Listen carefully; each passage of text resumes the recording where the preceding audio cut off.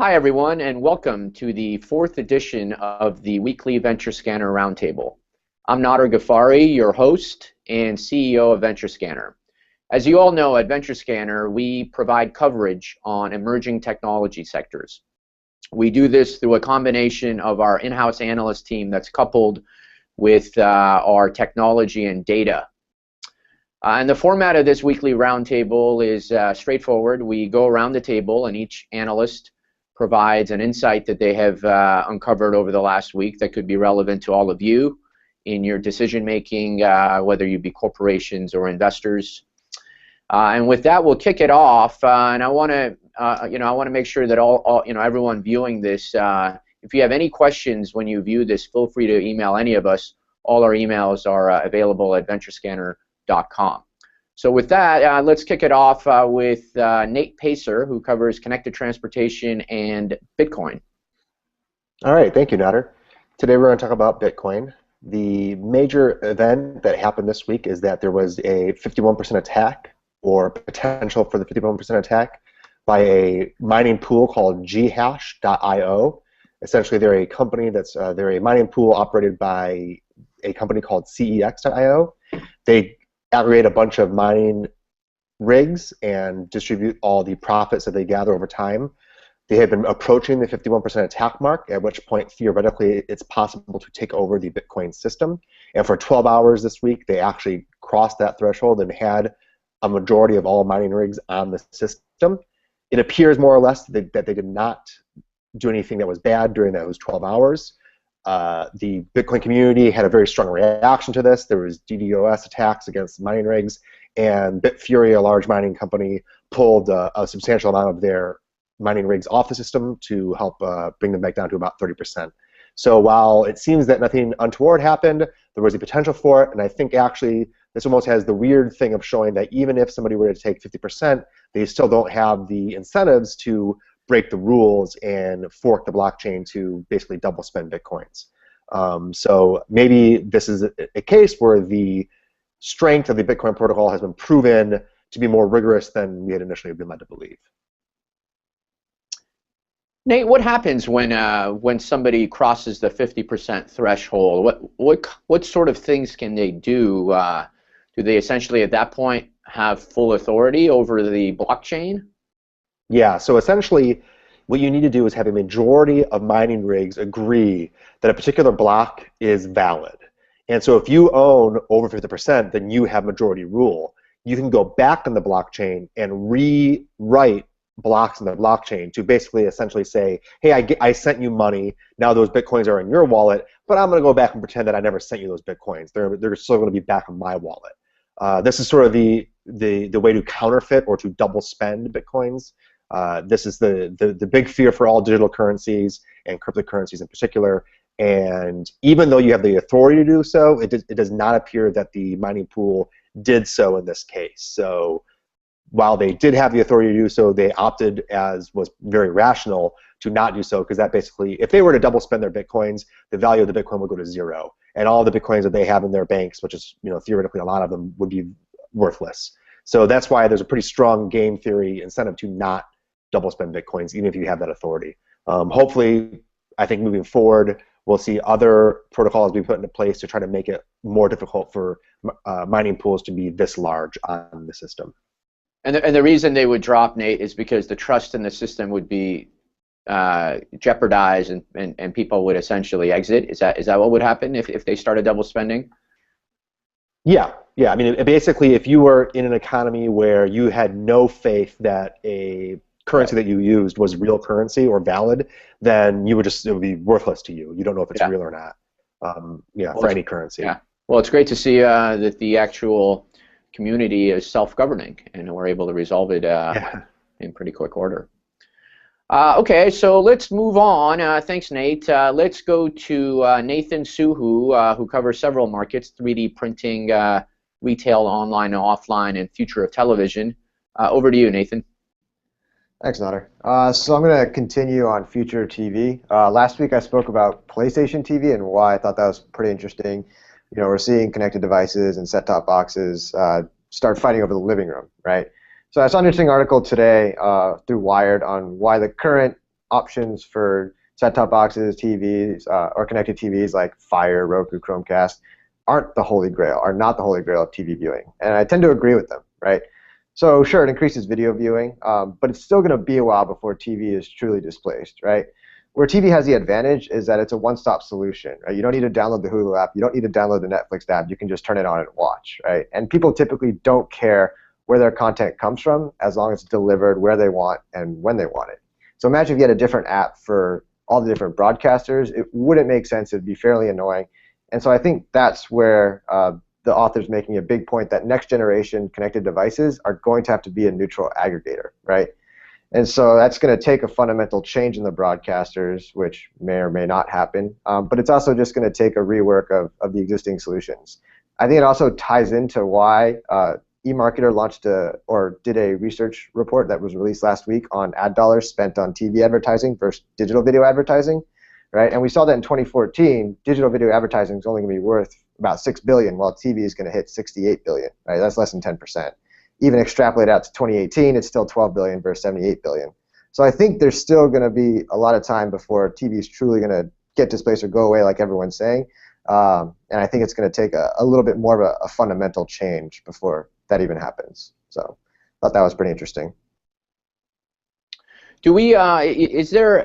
Thanks, Nathan. Is there any data? One of the things I keep thinking is if I was a content producer, if I went over the top, I would get next to nothing views. But if I struck some sort of partnership with an existing broadcaster or cable net channel, that would open up, the opportunity for views. Or if I was able to strike a deal with a cable provider or a telco that had television services, this would open up a lot more opportunities than anything I could ever possibly do as a standalone app, on one of these boxes. Is there? Do you see cable companies or telcos who provide TV services looking out there for these new forms of content and opening up channels to them for people that haven't cut the cord and as a way to prevent cord cutting? So Comcast they're making a big push with I believe it's their X1 platform, where they're really pushing the cable TV viewing. You have it on your TV, but it's also in the cloud, so you can watch videos from like your iPad, right, on your Wi-Fi network. So I think there are being moves to that. And I actually don't think it's going to be a binary situation that either you're watching on your digital device, on your phone or your tablet or whatever, your desktop, or you're watching your TV. I think it's going to be a mix of both, right? It's still going to be across all screens. It's going to be a multi-platform solution that in the end is going to make people or satisfy that need. Yeah, and I think there's something to be said about content producers working with cable and telcos instead of going always around them. I think the ones that have compelling content, if they find opportunities to partner with them, the opportunities for eyeballs and monetization just increase significantly. Right. And also with content providers on cable subscriptions, right? They do get a piece of that. I think generally they get a piece of the subscriber fees. So right, there's an incentive for them to stay on that platform as well. Awesome. Let's move on. Next up, we'll go over to Wayne Wong, who covers FinTech. Over to you, Wayne. Thanks, Nader. So one interesting piece of news last week was TransferWise, a remittance company, raised $25 million.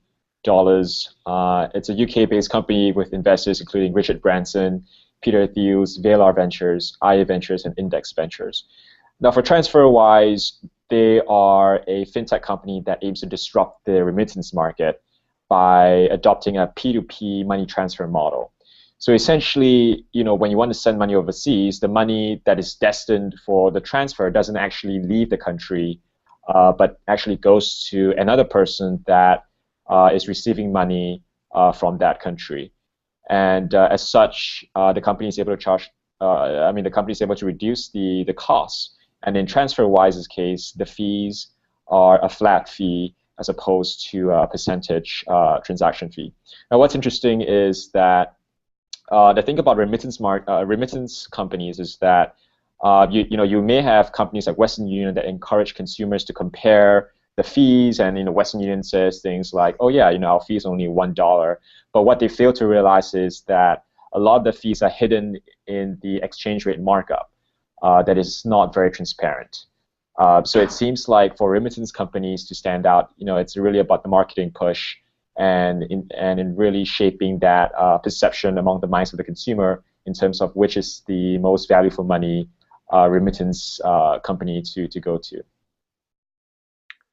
Thanks, Wayne. I want to pose a question. Actually, it would probably go over to Nate. I certainly don't know as much about the potential of Bitcoin as he would, but something I read about very often is that the primary or one of the key use cases that folks see for these cryptocurrencies, specifically Bitcoin, is remittances and the ability to disrupt Western Union and some of the incumbent players. How would a model like this impact, Bitcoin, taking a share of that market versus some of these P2P players? Nate, do you have anything to sort of weigh in on that?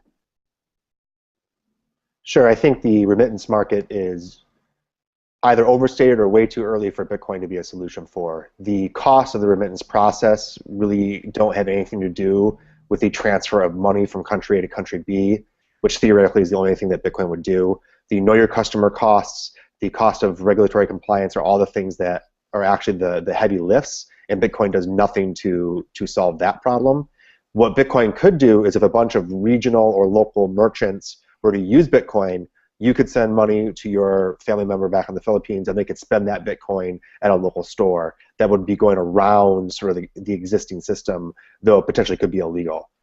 So I think that while people seem to think that remittances is ripe for disruption, I don't think Bitcoin is that solution. I think there are other fintech things that might make remittances a cheaper process moving forward. Wayne, do you have an opinion on that? Yeah, perhaps I can just add on a point. So yeah, like what Nate mentioned, it would be great if the recipient is able to spend Bitcoin directly. I think, for Bitcoin, in terms of the transfer itself, definitely the infrastructure, the whole mining network makes it a very, cost-efficient process. But I think the problem with, remittances, the problem with remittances right now for Bitcoin is that essentially you would convert, let's say you're transferring money to the Philippines, you're converting US dollars to Bitcoin and then Bitcoin into the peso, and essentially you're taking on twice the volatility risk for one transfer, and I think that is a huge disadvantage, especially with Bitcoin prices already being very volatile. Okay, great feedback on both you and Nate. Let's move on, and we'll wrap up the weekly roundtable with Masami Kato, who covers Internet of Things. Over to you, Masami.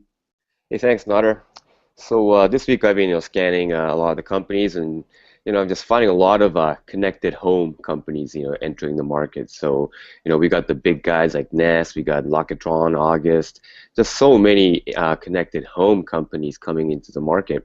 And having been in this market for like 20 years, just wondered, how this explosion came to be. So in the 90s and 2000s, all these incumbent companies like consumer electronics and Intels and component makers always had this beautiful smart home concept with a house, gateway in the middle, got home servers, all these devices. But they were all simply pictures which never really came to be. And I was wondering, what fundamentally changed from back then to today that is allowing for the explosion of these connected home, which is one of the hottest areas of IoT. So three things came to mind. One is completion of the network. What that means is all these technologies and connectivity platforms are now in place, where the developers do not have to worry about connecting devices. They can focus on the solution. Back then, there were so many technology standards, and it was just simply hard to connect. So that was a barrier on its own. So by the time people, bought the devices, connected it all, and finally have it, displaying or playing music from their bedroom on their TV, they think, oh, was that really worth it? It's just really difficult. Second was coming from a hardware background. This really resonates with me. But back then, it was hardware people trying to connect their devices.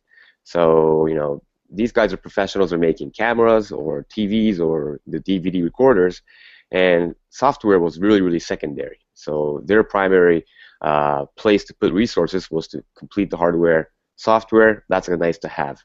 And when the development priority is in that order, it's very natural that the software solution is not that convincing and good. And I think lastly, but most importantly, is that nowadays the developers are really, really looking at the consumer. In the old days, all the incumbents were making these connectivity solutions, either with their own devices from their own brand, connecting and talking to each other, or products with their own chipsets. So it was very, very supplier driven. Lock in customers, have them buy more hardware. Whereas now, it's not. It's the companies are not trying to sell, a set of products. They start by selling one product, by going on crowdfunding sites and with one purpose, excite the customers, get their buy-in, and have them buy products for the next year's launch. So they are razor sharp, razor focused on the consumer. So those three things, completion of network, software focus, and demand-driven, are in my mind the three things that boosted connected home to where it is today. Yeah, I think that's spot on, Misami. I in fact, I spent the early part of my career over at Intel, and I remember those connected home drawings very well, where there was a gateway in the home and a sort of a proprietary network almost that was going to control the home. And now you look at it, and back then it seemed like it was primarily being driven by the large established corporations. And now it's entrepreneurs who are mobile first, who are software centric, applying that to hardware, and who have marketing know-how in writing on these crowdfunding platforms that have kind of ushered in this sort of new movement. Mm-hmm. Yeah, it's you're right, because I actually wrote a press release with Intel on the e-home concept in the 90s. But I'd say it's an interesting time, because another thing I noticed was this week there's a lot of incumbent initiatives in home markets. Say Microsoft is starting a connected home accelerator. Intel is doing a test in San Jose for the smart city concept. So I think it's kind of it's looping back around. The startups are really making they're making the connected home a vibrant area again, and the big companies are again trying to come back in to kind of join the fad. Yeah, absolutely. Well, this brings to an end our fourth edition of the weekly Venture Scanner Roundtable. I want to thank all our viewers for joining us, and if there's questions on anything we've discussed, feel free to send it over to me, and I'll get the right folks in the mix. Nader@venturescanner.com, and you can find scans, which are coverage both dynamically and through analyst insights on all these sectors and more, on venturescanner.com. Take a look, and again, if you have any questions, reach out to me. We'll see you all next week. Have a great day. Thanks.